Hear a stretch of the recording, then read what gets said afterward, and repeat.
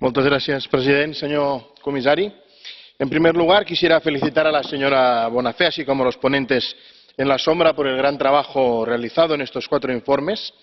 La economía circular no es simplemente la modificación de 4 directivas relacionadas con la ecología, sino una poderosa herramienta de lucha contra el cambio climático y un cambio de modelo económico y de producción para el que la industria europea debe estar preparada, y nos consta que ya ha empezado a adaptarse. En Cataluña mismo, el polígono de Bufalvent, a Manresa, está estableciendo unas prácticas empresariales de cooperación en la gestión de residuos que lo están convirtiendo en un polígono totalmente circular.